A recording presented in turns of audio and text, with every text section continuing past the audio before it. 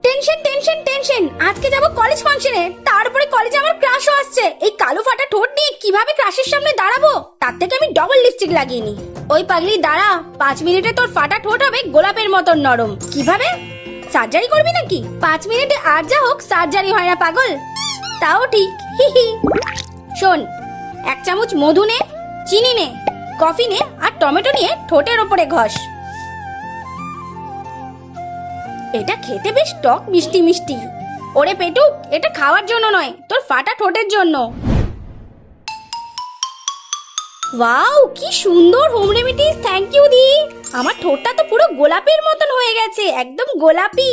কালো দাগটাও পুরো দূর হয়ে গেছে। থ্যাংক ইউ দি, লাভ ইউ। এখন আমি কলেজে যাচ্ছি। ওই তুই আবার আমার নতুন দুলটা পরলি, দাঁড়া, যাবি না বলছি। বাই, ধরতে পারলে ধর, কলেজ অবধি চলে আই। গাইস, দিদি পুরনো জিনিস পড়তে তো ছোটদের খুবই ভালো লাগে, সে বই খাতা হোক বা জামা কাপড়, কিন্তু নতুন জিনিস পড়ার আনন্দটাই আলাদা।